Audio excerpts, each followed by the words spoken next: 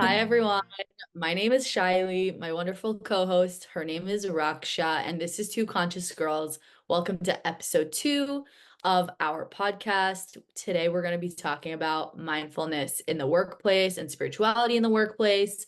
We're going to be getting into some of our experiences having worked in the corporate world and sharing what our vision is for what a more mindful workplace could and should look like, and tips and tools for how to introduce mindfulness into your everyday practice while you're at work, working with teams, etc.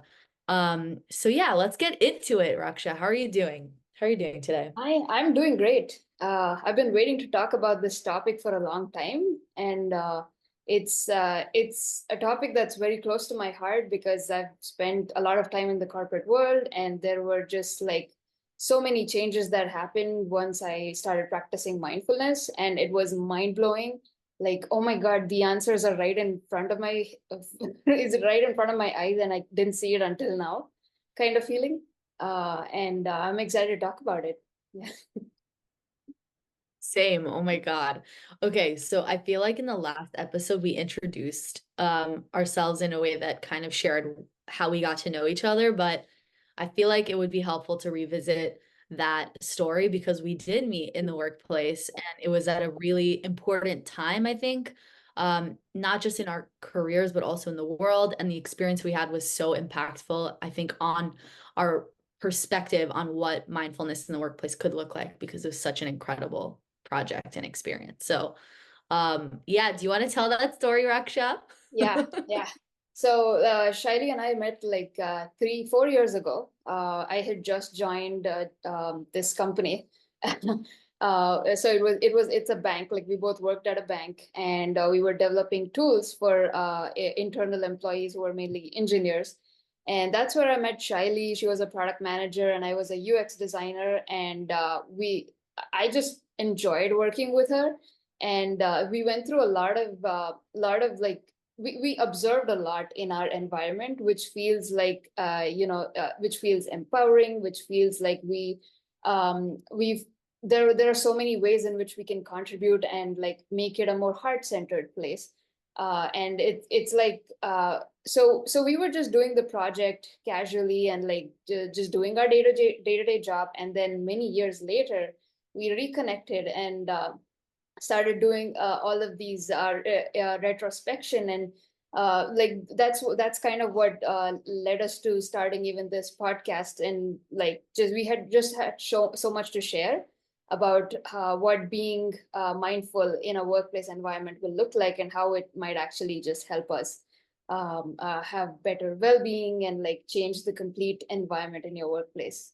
So yeah, we did a data and visualization project. We had the opportunity to have have interfaced with a lot of leaders who were very heart centered and who set great examples for us in the workplace. And it was an amazing experience. And I'm excited to see what more we can do and how we can help everyone else, learn from that as well. So how was your experience with that, Shaili? Yeah. Yeah, Raksha, no, something I wanted to call out because I feel like you captured it so perfectly. Um, I feel very strongly that it was also one of the most successful products that I had helped build at that company in the almost 5 years that I was there.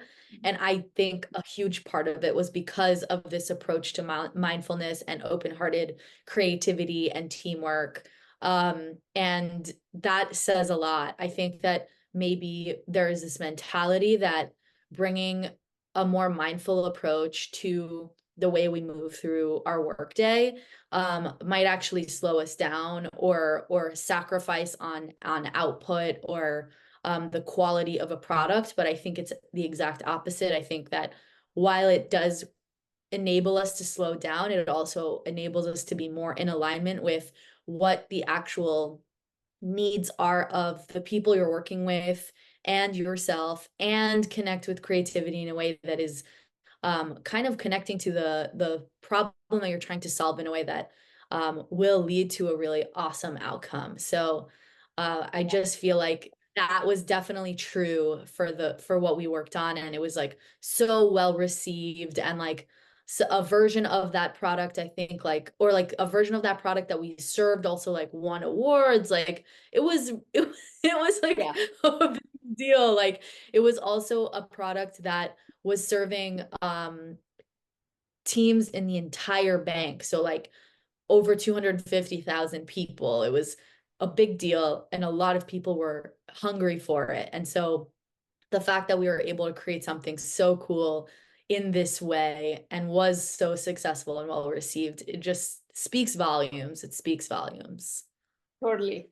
Yeah, and like it felt great doing that project, right? Like, and this is something that I realized in retrospect, like, oh my God, that's true. Like, us feeling good while doing it led to a lot of like good results, as opposed to being caught up in stress and like worried about the results, which kind of like left us on the surface and still continue to leave us in a very stressed state, irrespective of what the outcome was. So it was a really good feeling Yeah. project.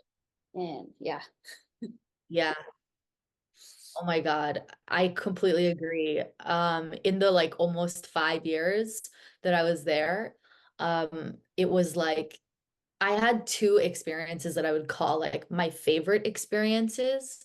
And it was the first one and the last one. It was like my first team working with my first project and like of engineers. It was awesome. And then this last project, the one right before I left. And I was just so sad because it was so short-lived. totally. Like those few months, oh my God, it was incredible. It was like a dream. It literally felt like I was like, is this real? And mind you, like let's mark this like time and place and just like point out that like this was during the pandemic. Like we were working remotely. We were not working with people that we were seeing on a daily basis. And this was a new team that we formed like around the time we're in right now, like early to mid-September. Um, and we were working with people we'd never met before. Like I'd never known Raksha before we started working on this project. So it was so crazy to be like a part of something where it was almost like we organically attracted a team that shared in so many of our values. And that was, I think, a huge part of it. Yeah. Yeah, that makes a lot of sense. And I resonate with that. Like that's when I joined the bank, that's when I was so excited and full of energy. Uh, in and I wanted to be creative. That was my goal when I started off at the company, and I met exactly the right people who gave me the space to do that, and even a wonderful co-creation. So thank you, Shy-lee, for that, and thanks to everyone at the bank as well. Okay, awesome, Shy-lee. So, how did this transformation begin in the workplace for you? Like with mindfulness, what were some of the practices you were doing, and how did that transform your life in the workplace? Totally. Um, I'm gonna have to go back to the beginning to answer that question, and it feels important to share kind of where I started. Before mindfulness was even something I was thinking about. So I am a first generation American, first generation college student. I am the child of not just immigrants, but entrepreneurs who never worked in a formal corporate environment.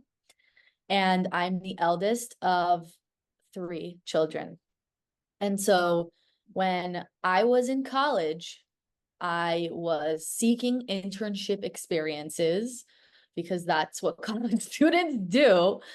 And, I was learning all of these like workplace practices of like what mold you're supposed to fit into when you show up to an office, like for the very first time with very little context.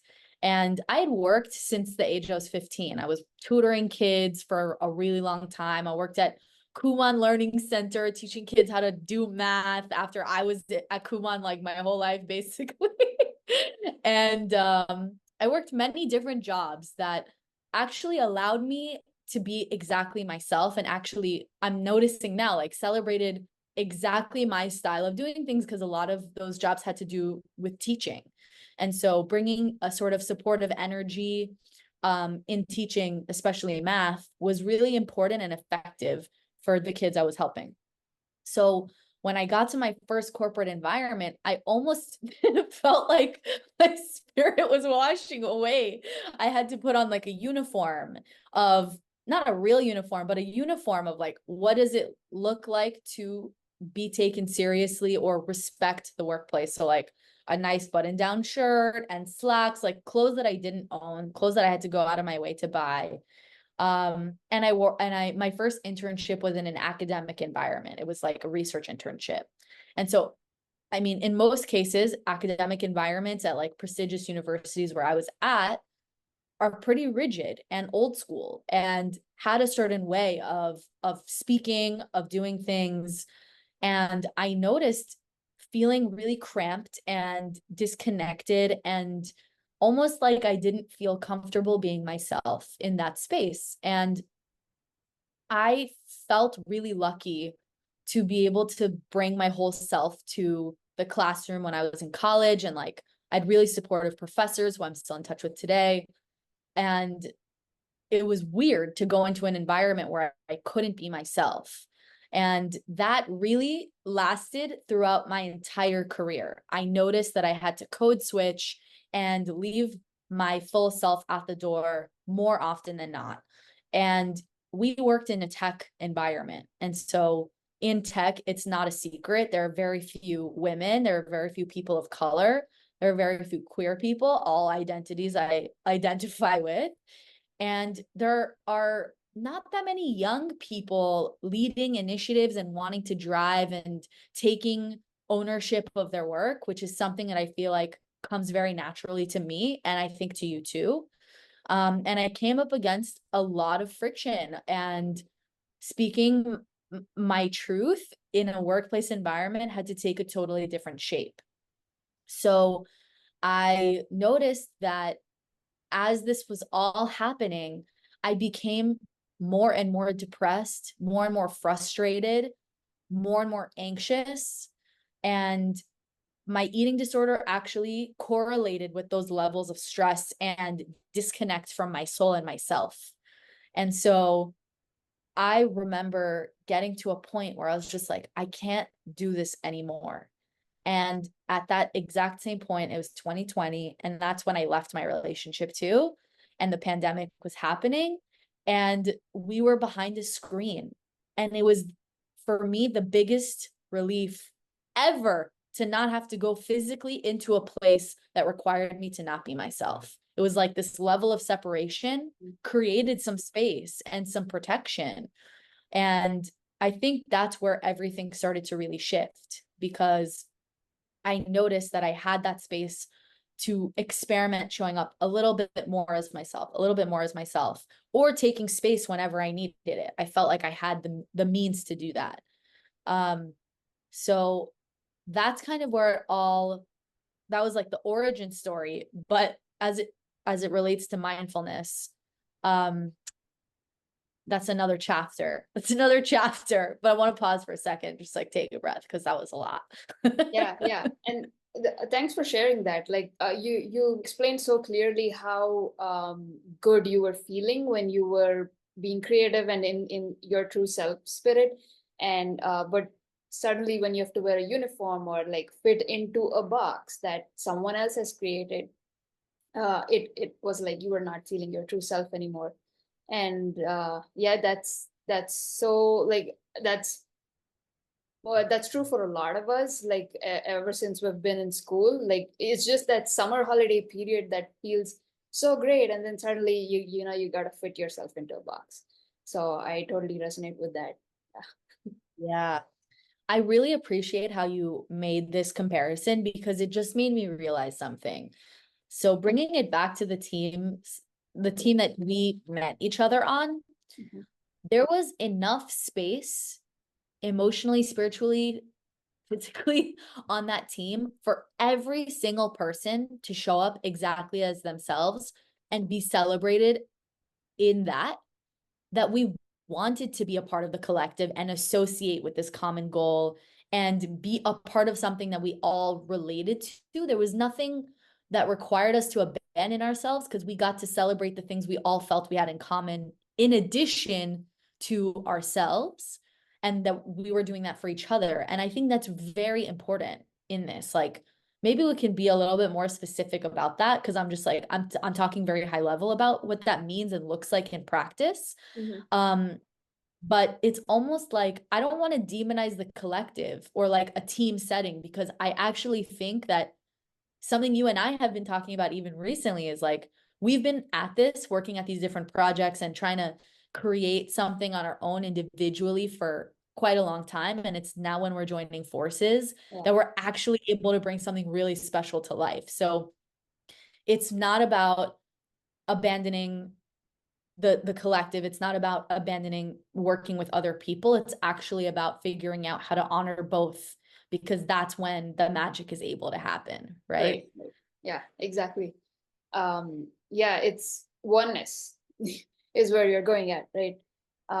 So yeah, and yeah, I think this can go in a lot of tangents. Like I'm thinking more like um how we felt compassion and empathy for someone else rather than judging them, because on some level we were actually judging ourselves.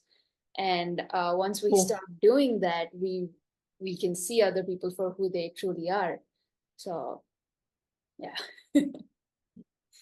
That's wild. And I feel like we were doing this so organically. We weren't even like, I mean, I'll speak for myself. I didn't feel like I was thinking about that consciously, but Mm.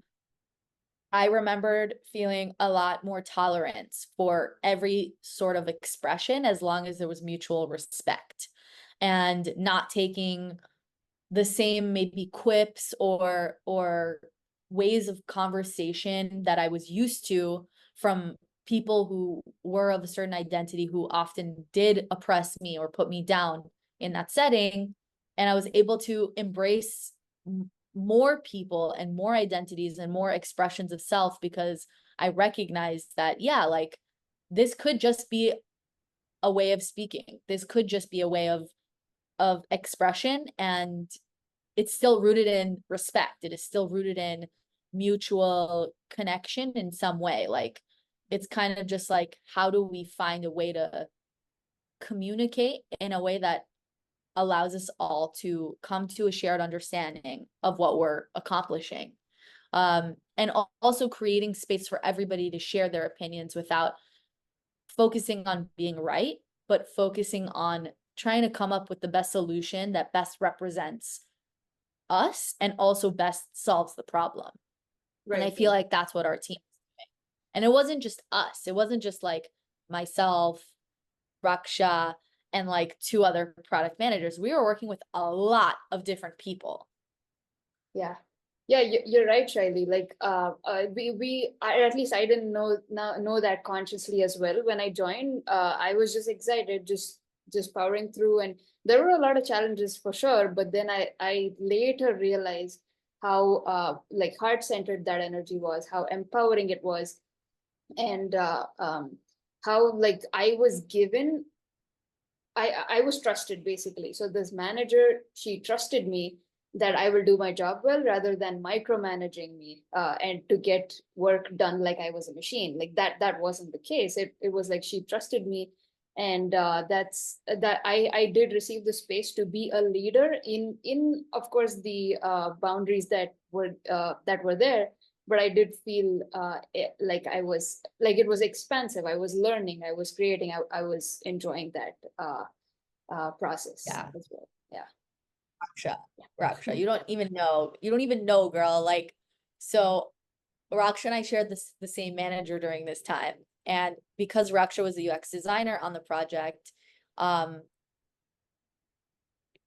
she was actually the one of the only UX designers on the project, but she owned that shit. And as a PM, like, the dream is to be able to have like a design partner who we share a brain, but also they have all of the agility and agency to go and create in whatever vision Mhm. reflects their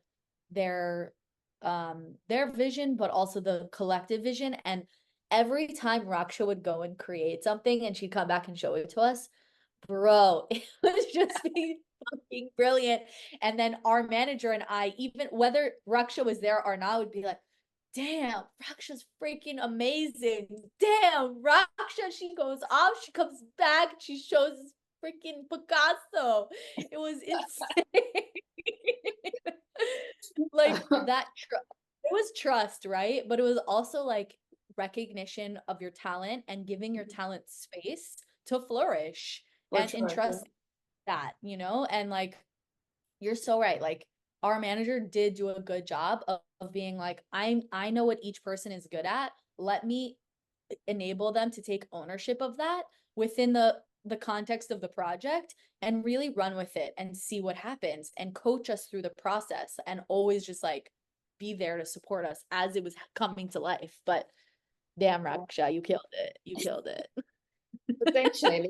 But I hope you don't see my designs now because they're like, no, I used to be better. Pause. Literally false, false, because I was watching you in Figma as we were making Instagram posts, make mountains and sand from scratch. And I was like, holy shit, girl is wild. Like, she's a freaking mastermind, bro. You don't understand. I was without exaggeration, I was so impressed. I was just like, how is she making these shapes? And then I'm watching you make the shapes and I was like, wow, this is incredible. Like the dedication, the creativity, the attention to detail. You are very talented. Own it. Thanks, Shailey. No Yeah. problem. Yeah, and I'd like to like say that alignment plays a huge role here because if my intentions and my skills are like aligned and it's not like I'm trying to so basically when I've tried to make a good design, it doesn't work. But when I'm free and it's sort of like I'm not overthinking, I'm not worrying, then something good comes out of it. And that's a huge like one of the mindfulness lessons because like you're give offering that resistance, and then that's what comes back to you. But when you don't, your work speaks for yourself. Yeah. Yeah, So thank you exactly. for sharing that. Yeah, of course. I think it's so important. I'm really like excited about sharing how mindfulness isn't just good for our mental health, for our spirits, but it's also good for what we're creating, whether it's in the workplace or this podcast or the design of a amazing nutrition bar or wrapper. Like, I mean, this is sick. Come on, are you kidding me? Like, this is one of my favorite fig bars, whatever, and it's a sick design. I'm like, that was mindful. I love it. That's amazing. Yeah. Oh my God. Yeah. It's so true. So Um, yeah, so actually go now for it. that you're talking about mindful design, do you want to get into that? Yeah, sure. I actually wanted to say something about the yeah, I just wanted to include one thing before Mhm. we move on from this topic.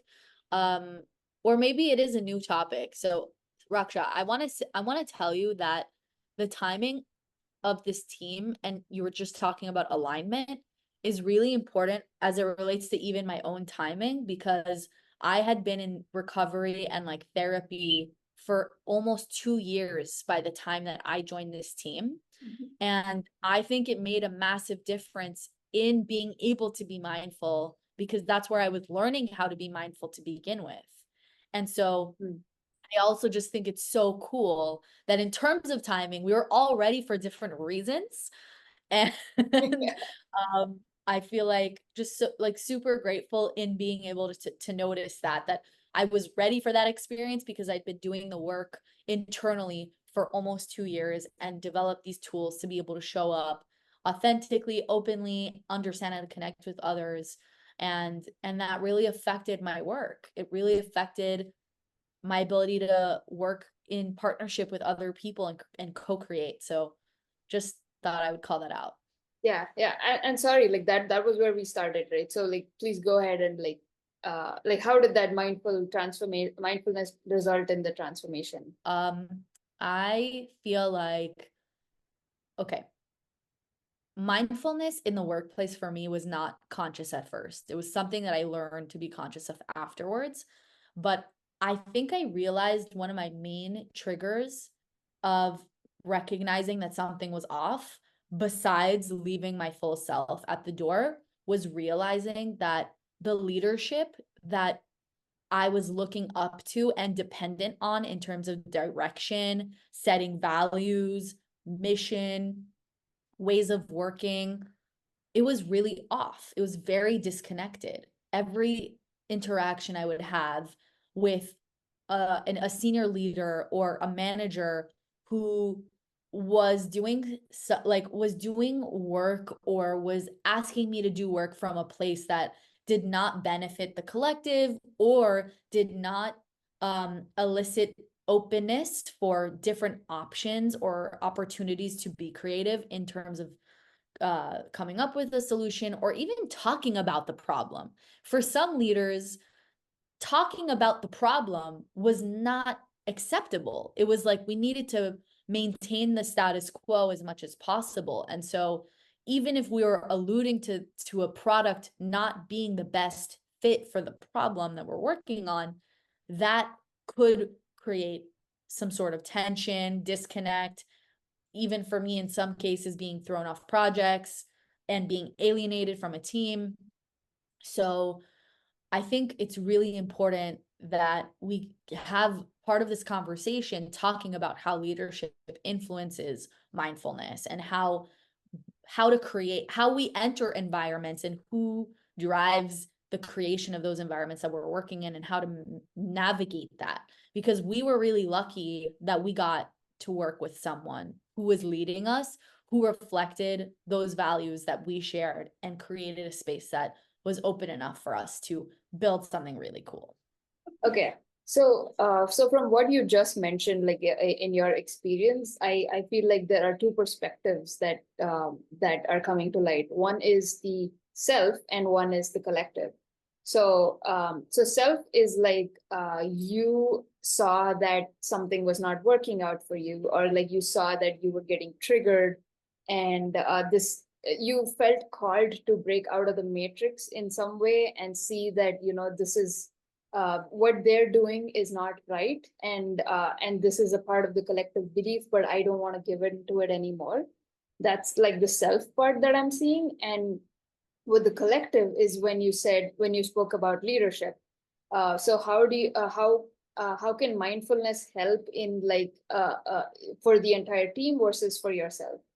The question, like the way that you're outlining how mindfulness affects the individual, like the self versus the collective, and how that was being triggered, Mhm. I think that that's a very important question. And to me, is the core of everything as it relates to how we excel and succeed at just doing work really well. We actually haven't talked about your journey yet. And I really want to talk about, how was work for you when you started? Like your journey is so interesting. Like you did school not in the US first. You're bringing a totally different perspective from an education standpoint now to the US when you started doing your master's degree. And once you got here, I feel like you probably confronted a lot of differences in terms of cultural values that are appreciated in the classroom but also in the workplace, and like trying to bring your true self into these different spaces, especially as a creative. Like that must have been so complicated and challenging and also really interesting, and I'm like, damn, I have so much respect for you because you had to navigate that. So is that something that you want to share, because I feel like it's so important? I guess like I've always been fascinated about United States. I actually grew up watching a lot of TV shows from US, so I it was kind of like I could see how that conditioning did lead me to come to US, and then so like from a cultural standpoint, I saw a lot of differences when it comes to education specifically, because like in India, at least like when I was studying, there were grades, there were ranks, like and we used to compare with each other. And like see, just basically that became a part of our self-worth, or our identity, that I need to get first rank, I need to, this person scored more than me, I don't like that kind of thing. But then once I came in, like especially in a curriculum that focused on arts, this was the first time I was trying to get out of that engineering mindset, because like I met a lot of people who were from different backgrounds, different countries, and that really opened up my space a lot, and like helped me understand other cultures. And one of the biggest learnings in that standpoint, from that standpoint, was that, um, uh, like I learned what expression means, and not about getting something right. Like I used to struggle a lot in the first few classes at NYU, because I was trying to get an answer or be perfect or do something right, rather than just looking it as a means of expression, and just like, hey, whatever I'm feeling right now, I want to channel this into some artwork or something like that. So I was like over worked up on getting the result, but then that um opened up doors to like get out of perfection, get out of boundaries in my head. And I want to call out Rhode Island School of Design, the program that they had when I was working at a company, and then they had just come in to like give us a 1 month long course, and that was like till now the most blissful time I've ever experienced. And I didn't know why back then. I just thought that, okay, this course is amazing, that must be why. But then I later realized that they helped me break out of my biases, and they like, it was so good to just think from someone else's perspective and get out of my head. So I would actually like to say that that was sort of preparing me for an awakening of some sort of, and actually getting me into what creativity actually means. So until then, I thought creativity was just like making of a screen, and maybe I'm good at drawing and painting, so maybe I can take up UX and then put some colors on, make a nice design. That I had a very surface level understanding of what creativity meant, but I had no clue that that was actually getting out of my mind and allowing this creative force to flow through. um, and that became more apparent after the awakening, which started in 2020 with the Dark Night of the Soul, like how we spoke in the last podcast. And so just to talk about how I was how mindfulness actually helped me transform my life at the workplace, was that, I started off by first seeing my thoughts. Like I just stopped identifying with my thoughts. So let's say that I got a thought that said, I am not good enough. Previously I would have completely identified with it, and I would just get agitated or sad, like, oh, I'm not good enough, I need to be better, I need to do XYZ to be better, I need to satisfy this person and this person. All of that would happen unconsciously. But now, like, I decided to make it my priority to put all my attention on the present moment and take it out of that thought. Just yeah. So when I started doing that, all my biases started to reveal themselves as illusions, and not the truth. So, and that like helped me see patterns of, where I used to think that, oh, maybe I need to do this, otherwise my manager is not going to like this, or I don't like working with this person, I like working with this person. And this is hard, it's supposed to be hard, like basically all the things that have been ruminating in my head unconsciously were all uncovered. And it was like, I felt so good that I till now, until then, I thought that something external should happen to make me feel good. But now I was just standing in my power, and then I was feeling good no matter what. That led to a transformation in the workplace, and I have like so many such thought patterns that showed up, and it changed my life. Yeah. Wow. That's amazing. Raksha, I was getting chills throughout, like just hearing. Oh my God, that's amazing. Like, wow. Seriously, Raksha, I feel like your story will resonate with a lot of people because so many of us grow up and maybe we don't dream to work in corporate environments. We dream to be creative or express certain parts of ourselves. And we have this expectation that when we do start working, that we will have to abandon those parts. And you were literally illustrating how, maybe that belief started out being there. And then once you got to RISD and you had that program for 1 month, like when even before you explained, I had full body chills, like how you were saying that it was blissful. And I was like, oh my God, I can just feel how true that was for you. And how you learn to let go of so many of those beliefs that led you to maybe hold back and focus more on perfectionism and showing up the right way versus showing up the Raksha way. And All right. that's freaking awesome. It's freaking awesome. And Yeah. so many cool things happened as a result. Yeah, totally. And like during that RISD period, like one of my friends just said that, oh, what you're explaining is exactly what it feels like when you're high.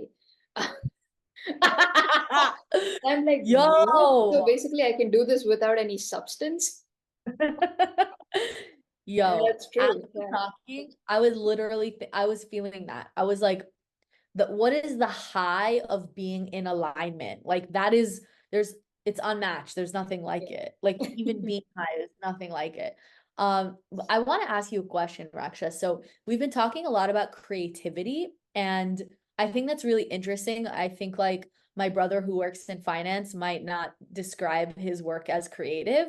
I think he might, I don't know, but I think a lot of people might not relate to that concept of creativity as it relates to the work that they do. Um, why do you think we keep talking about creativity? Yeah. So after being mindful and getting out of my mind, I realized that what happens is actually like I'm just becoming this portal or this vehicle through which creativity is flowing without resistance now. So like I used to think that creativity is something artistic or like you're creating you're making a new product or something like that. Or yeah, creativity is generally associated with being artistic in like that in that sense in the collective. But literally I feel everyone's creative because something is coming out through you with your beliefs, your your thoughts. You're actually creating your environment, or rather commanding the universe to bring to you what matches your energy. And that's literally all creation is. And that's where like the law of attraction teachings will merge with your work environment, because now it's not like you're forcing your ego is not trying to control what needs to happen, but you've become a vehicle for what needs to flow through you. And just like that's how you enjoy life and allow creativity rather than forcing it, or identifying as I need to create this or I want to create this, all of that. Yeah, that Yeah. makes a lot of, and I think that that is a really good way to kind of uh describe what was so successful and like powerful and effective about the team that we were working on. I feel like those channels of creativity were moving through all of us, and there was a lot of space for it to also come together, for it to ebb and flow. And I think that that's really important because I think that in the environments or in the teams that I found myself on where I was the least in my truth, the least connected with the people I was working with what I was doing, it was because that creativity was being limited in some way.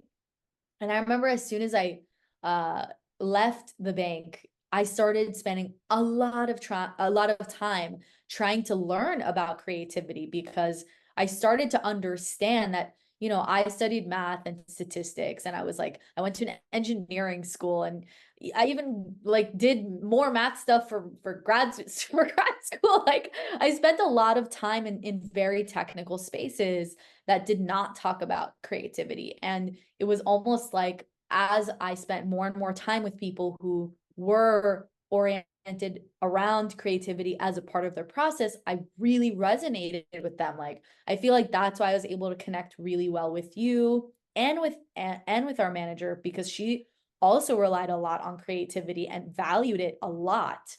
Um, and I think that's really important, like to be able to talk about what we're doing as a function of creativity in every part of our lives is to be in alignment with the flow that is moving through us and moving through life. And it's so important to figure out and to learn, like, what are the things that maybe get in the way of connecting us with that or getting connected with it if we aren't inherently connected with it. Like, what does it feel like, and what does it look like, and what are the outcomes? And like, I'll give an example later, but just wanted to call that out because I think it's so important.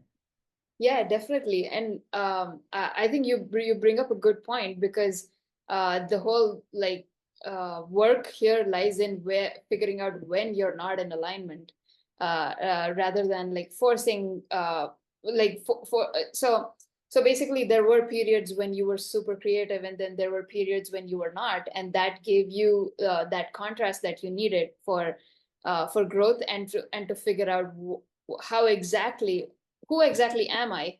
How do I be creative? And being able to choose what you need to be in that moment. Um, yeah. Sick. That's so on point. You're so right. Wow. Like, yo, I'm never gonna look at experiences that are out of alignment in the way that it's like, oh, it wasn't a good experience, or it was a bad experience. No, like it provides contrast. It is helping us see what is actually like not light in a way. For me, that's the difference in the energy and the lightness or the darkness of it. And not darkness, but it's like heaviness, like energetically. What did it feel like when I was on those teams? Like it felt heavy, it felt constrained, it felt lonely, it felt, yeah, like, why do we call oppression oppression?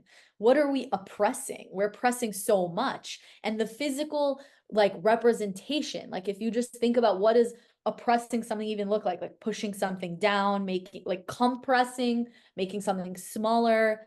The Mhm. whole point is to try and make something like smaller than it's not. And so I think, like, in the workplace, when I started recognizing that I was becoming really triggered, I would think a lot about oppression, but systemic oppression and identity politics around oppression.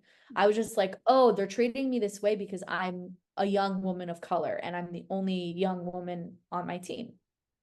They're treating me this way because I have less experience. They're treating me this way because I'm using my voice in a way they're not used to seeing. And now they're trying to silence me.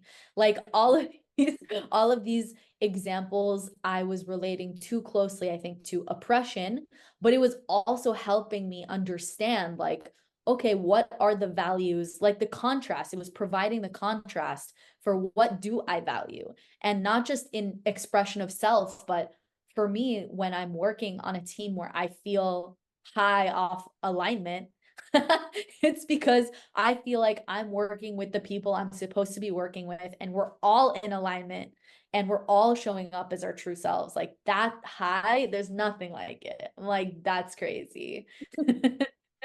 Yeah, totally. So like, how did you overcome that situation where you it felt like oppression, and yeah, so that you like it was a contrast, right? So how did you actually navigate in that moment when you felt all that fear or anger, or any of the lower vibrations? Yeah, it's tough because it's something that I don't think I was necessarily like overcoming all the time. And my perfectionist brain is like, you should have figured this out. But I'm like, why? This is this was this was like a hundred year long development of systemic oppression against Shy-lee. Like one person. And no, not to say like my experience, it was so individual, but it wasn't. Okay, step back. So I joined the bank through a program that was meant to train and coach people like me, underrepresented women who have technical backgrounds but didn't study computer science to become software engineers. And I was so lucky to start off in this community oriented team collective environment where I was learning and also developing connections with people who would inherently share in some of my experiences. And the environment that was curated for us um, did place value on identity and recognizing there was power in owning these parts of ourselves and that we should be working on teams and this is how to work productively on a team and creating space for other people to share their creativity and their ideas. And there were so many frameworks for doing it too. I was just like, wow, like I can't wait to join my team. It's going to be so sick. Mind you, this was like a program that was designed by a really cool part of the bank that was really focused on social and technical innovation. So they were at the forefront of these frameworks and principles to make work mindful, even if they weren't calling it mindful or mindfulness. So when I actually joined my first team, I remembered I was just like, the first day, I was just like, why does the energy here feel like everyone's just a robot? It was so weird. It was like everything felt and like not in a like colloquial way. Like I literally felt like everyone was acting robotic, like emotionless. It was very rigid, it was very mechanical.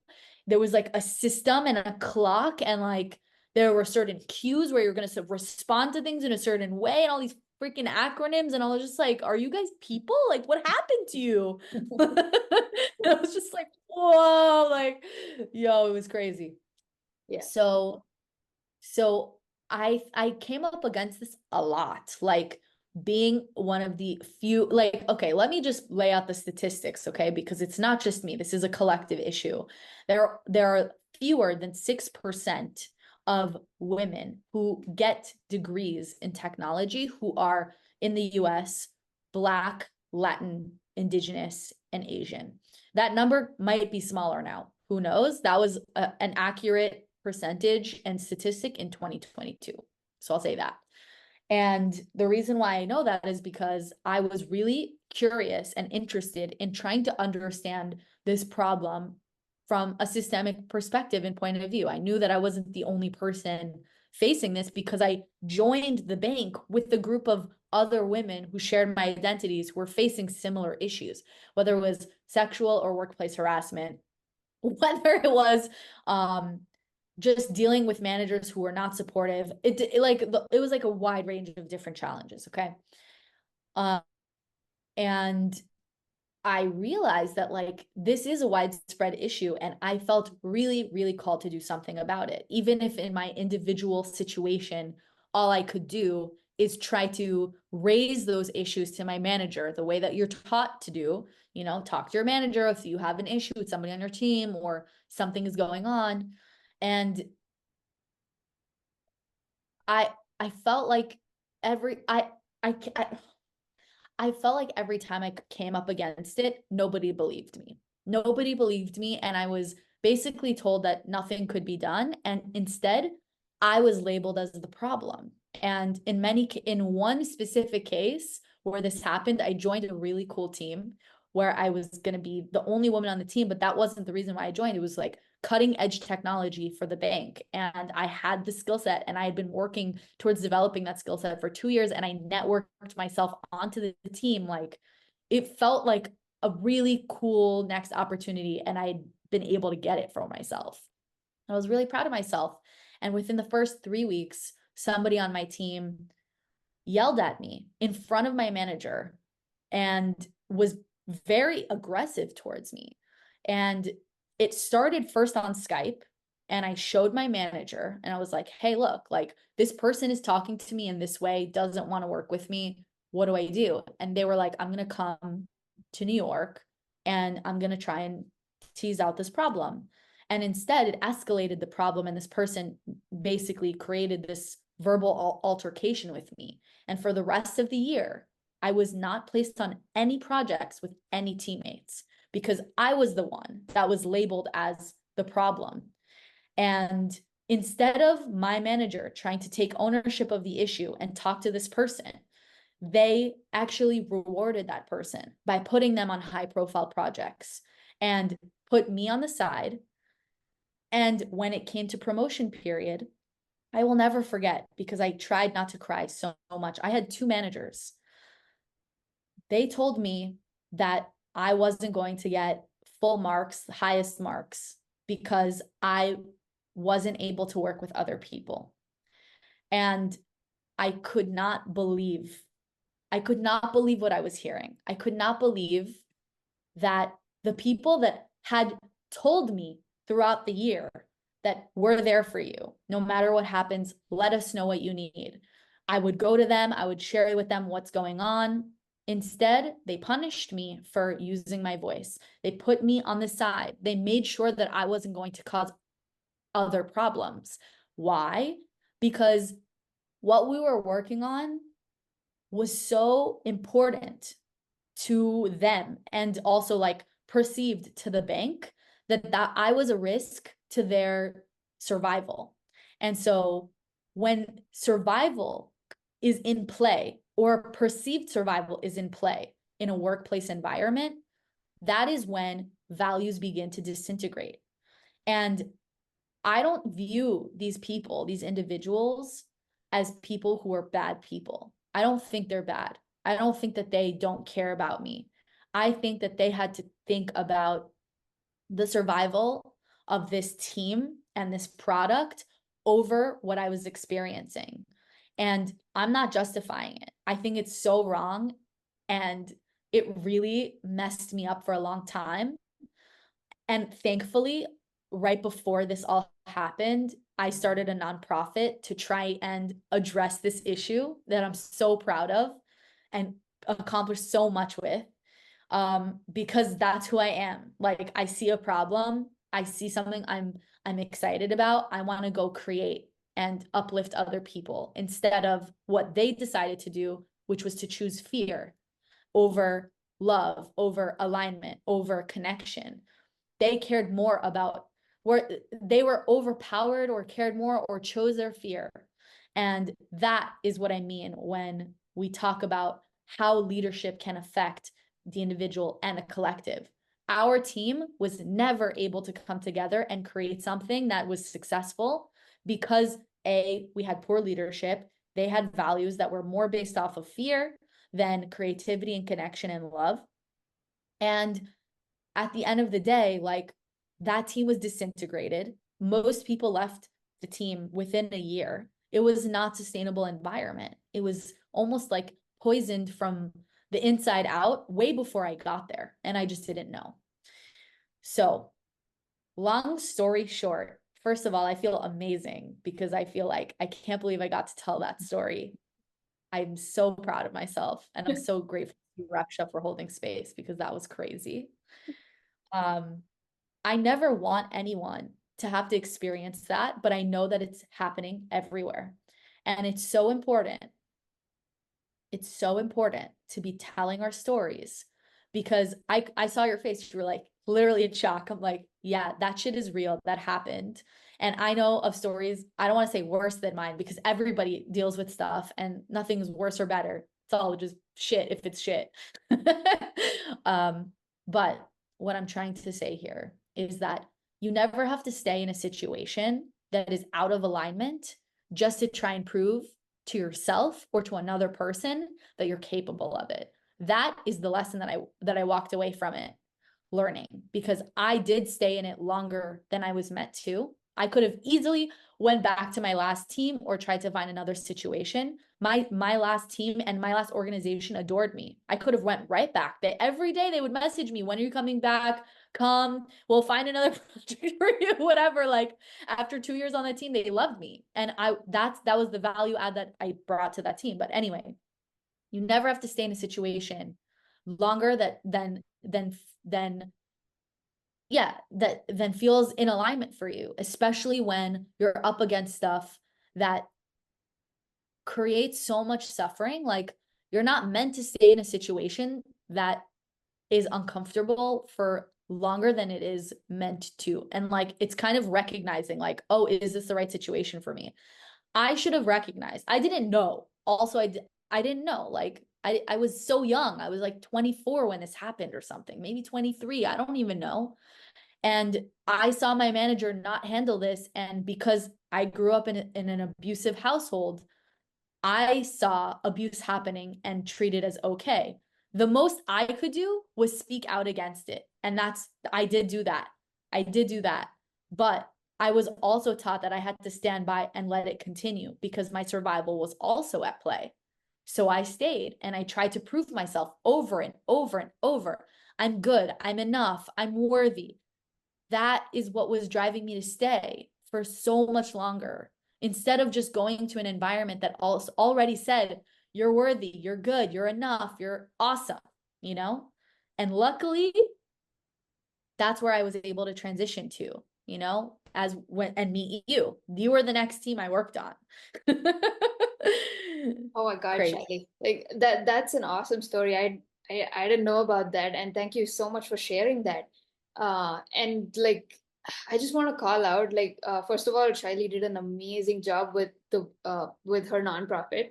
And that was super courageous. And like I saw you as a role model. Like how did she get so many women to be a part of this? And then even I was a part of this. I was a mentor. I was a design mentor, and it was so well executed and people were really nice. And then you're that even the brand identity that you had was really good, I have to say. So I just wanted to call that out. And then in the story that you mentioned, like it really shows how mindful you are, because instead of like for making an identity out of this incident that happened, you showed compassion to those managers because you realized that they were acting out of fear, right? So like and it's To not be like fair, no, Raksha, I did. I did make my identity out of that. That's why I'm saying, like, oh, I stayed there for too long. The reason why I'm sorry for cutting you off. I'm looking at them from my standpoint today, and I'm right, like, right. oh, I understand, and I can bring that compassion to them. I could not do that.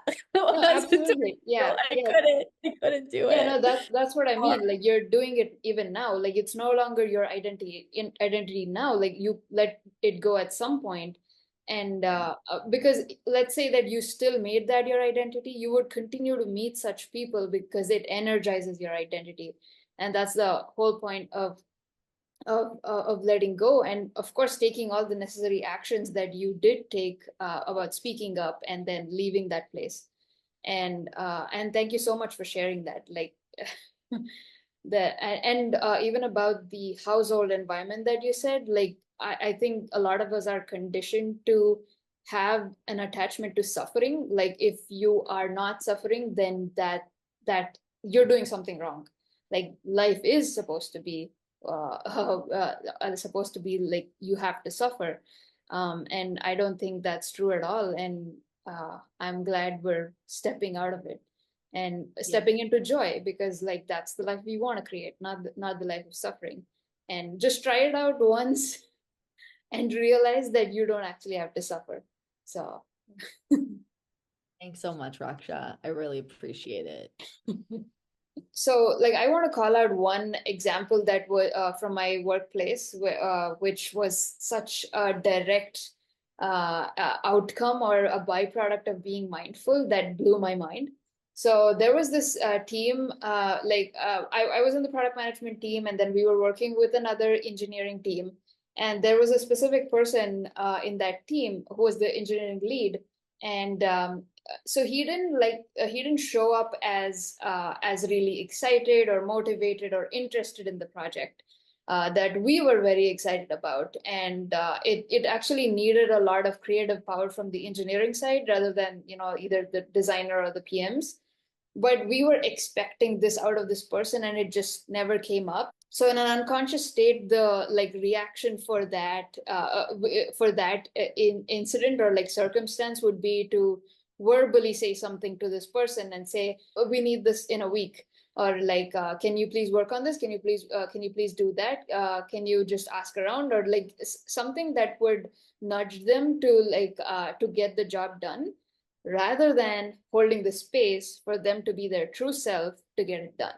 So there was one point where I had this thought in my head which said, this person's not doing this right. It kept talking, and I was like, okay, hold on, I'm going to be mindful. And then I just decided to let that thought pass without believing it or yielding to it and continuing to think about it. So I just took all the attention off that thought, and I was like filled with relief. Until then, it was this problem that I was having, and then now I was suddenly I relieved. And then I didn't worry about it for a while. I didn't actually worry about it at all. I didn't think about it. And then a few days later, this person actually showed up more interested, and then he got some work done. We made progress. He gave us some results that felt like, okay, we are moving forward finally. So that, Wow. I'm not saying that exact same thing will happen to everybody, but just by not projecting your thoughts onto somebody, or at least realizing that you were projecting your thoughts on that person, that's why you attracted this situation, is going to help you like stop manifesting that. And then anything could happen after that, like either the person shows up to be more interested, or maybe they leave and someone else comes in, or you leave, something's going to happen, but either way you're not going to manifest that circumstance again, because you just stopped paying attention to it. So and how did I know that? Because I was mindful. I was able to catch myself in the midst of that thought rather than unconsciously thinking, which is kind of like our common state for the most part before an awakening. So and guess what, like it's going to stop years and years of collecting all the stress and trying to make things right and like build an organization and having all these conflicts, when all you can simply do is just take your attention off of it. That's literally all that needs to be done. So that's just one example I wanted to call out. Wow, that's crazy. It was almost like you were redirecting your energy, and actually you were actually not giving any energy to that thought anymore. Mhm. And it was like in surrendering and just letting things be, it was like you weren't creating that situation anymore for yourself. That's really what you're doing, right? You're not creating that situation for yourself anymore because you're not giving power and energy and focus and attention to that thought. So that person not doing or showing up in the way that you wanted them to, even if it wasn't right, like if they weren't doing their work, they were being an asshole, whatever, it doesn't matter. Point is, by surrendering, you stopped giving energy to it being a problem for you anymore. And so now you are at peace. You're like, they can be exactly how they are, and it's not gonna bring me down. It's not gonna hold me back. It's not gonna, it's just gonna, I'm just gonna allow myself to be. Right. And then it's just happened to miraculously change. Yeah. Yeah, But it's absolutely. true. It's true. That stuff is real. It's wild. Yeah. Yeah, exactly. It's like circumstance or like experiences like this that restores my faith in my beliefs, rather than thinking I need to do something out there. I need to tell this person, I need to take action, and like put all your focus on your personality to get the work done, rather than having faith first and then taking any action that comes intuitively to you, rather than rather than the action that comes from the mind or the ego. So Yeah. yeah. That's so on point. Thank you so much for sharing that example. I think it's a perfect illustration of so much, but ultimately, like, I think it's very cool that you have an example of you actually practicing this in the workplace and that change actually happening. Mhm. And I think that's very, very, very cool. Absolutely. Thanks, Shy-lee. Yeah. Yeah, no Awesome. problem, Raksha. Cool. So like we've spoken about examples now, and we've spoken about how mindfulness helped us. But we would like to like help you all and create a community where we can work together and be mindful and bring our true selves to work every day. And Shaili and I have a few like practices or things, ways to get started to do that. So Shaili, do you want to talk about some of the ideas that you have? And sort of Yeah, like a sure. concept that works for people. Absolutely. Okay, so Raksh and I were talking about this last week, and I have been like, hanging out with some friends who are in the corporate work environment, and it's the end of the summer, it's Labor Day weekend. Everyone's like, oh my God, I'm back at work today. This is so crazy. And there's going to be this like natural energetic shift in your environment because now we're shifting towards fall. Q3 is coming up, these new deadlines, these new like earnings that we need to meet, whatever your company's goals are. Like, I remember that happening in every team I ever worked on. Like, this time ends up being really intense. And people can default to working from this kind of like survival mindset because you're having to deliver a lot. And how do you actually stay with yourself while also, meeting the expectations that you have of yourself and that your team has of you? I think that's something that I didn't realize we have more control over than we actually believe we do. So let's say you are somebody who has the opportunity to decide what project you're going to work on this fall. I would highly encourage you to consider what excites you. When we follow our excitement, something beautiful is able to happen. We're actually able to recognize our excitement, recognizes what's in alignment for us. That's like one of the easiest ways you can find, like, kind of tell what is like the best option for you, because you're able to connect with this feeling of like, oh, something really cool might come out of this, whether it's like meeting someone like Raksha, who you're going to be able to develop like a multi-year friendship with, or you end up creating something really cool that may not have been what you thought you'd be working on, but ends up unlocking a new interest or a new skill set that you're meant to develop to work on something else in the future. Who knows? Like, we don't know, but we have our excitement, we have our intuition. So trying to focus on sending our energy in that direction can actually inspire others to focus on their excitement too. And when you're working in an environment that is prioritizing excitement, creativity flows more easily, connection is fortified in a way that is joyful and fun, and that's where trust can be built, and that's where love can also come to the forefront in a way where we're able to care for each other while we're working on things and for ourselves. And I challenge you to try and not to default.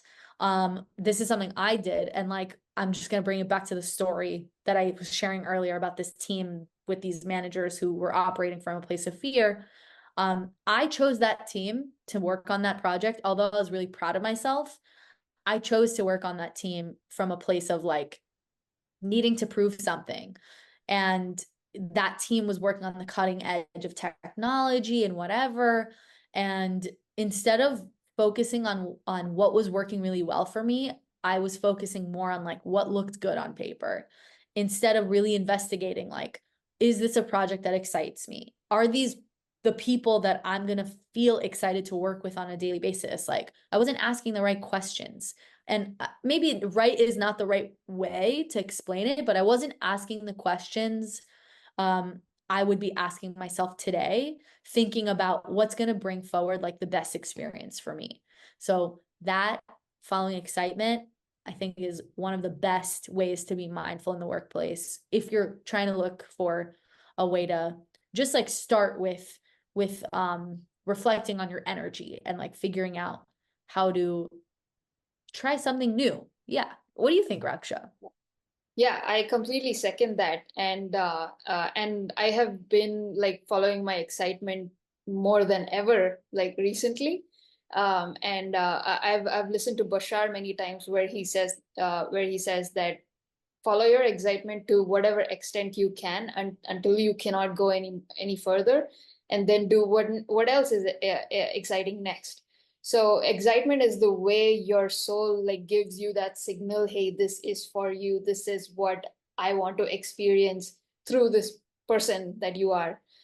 So I think that's definitely something we all need to follow. And um and but but I do want to call out that like at least in the initial phases, the mind might set itself too hard on following excitement, that when a negative emotion comes up, it tries to resist or run away from it. But I would suggest to like be mindful and then feel the feeling fully, because feeling the feeling fully is your excitement at that point as well.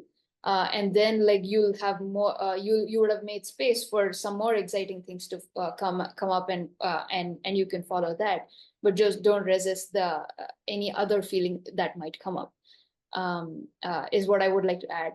And then some of the things that I would practice in a work environment is just practicing mindfulness, where like I before getting into a meeting, instead of like already preparing what I'm supposed to say, maybe you can just calm down, look around, like stare at your laptop, stare at all the things on your desk, and then take a few deep breaths, so that you are basically grounding yourself and not getting caught up in some conceptual thinking, or trying to put up a front, or like trying to put on an identity of how you need to look like in this meeting. And then like if you're walking down the hallway, you can just like be present in the hallway instead of thinking of some email that you haven't sent, or like what this person said, what that person said, what am I going to do tomorrow, like just being focused on the past or the future, and just bring yourself back to the present moment. And the more you do that, you would have started to energize this true self rather than the ego self, that has been running your life for the most part, or at least that was the case for me.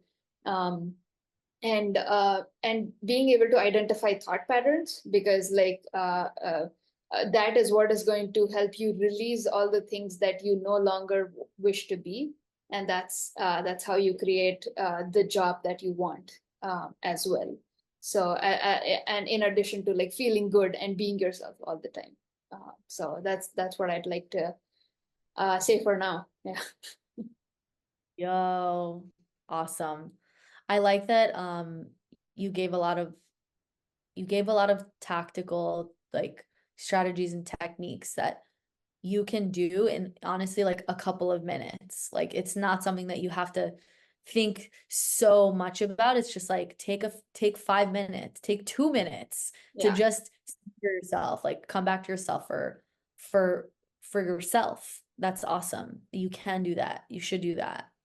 Go do that. absolutely. Yeah, and yeah, that's how I started, like with just practicing, like probably keeping an alarm at the top of every hour in the just for a few days. I mean, until you get the hang of it, and until you feel like you want to be present. It's not something you force yourself to do. It is your curiosity, and your willingness and your interest that will drive you to becoming present, because you're now invested in creating a new life for yourself, and don't want to live the same old life anymore. So yeah. Yo, really good Awesome. advice. I like that. Okay, everyone. Well, I'm so happy you were here to have this conversation with us.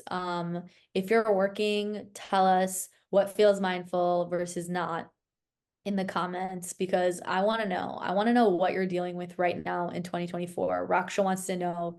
We want to help talk about some of these issues that you're facing and figure out how to create a new age of culture in the workplace that is centered and grounded in mindfulness. And I think things will be better for everyone as a result. So join us in the next conversation. We're going to be talking about workplace again. This is going to be a series.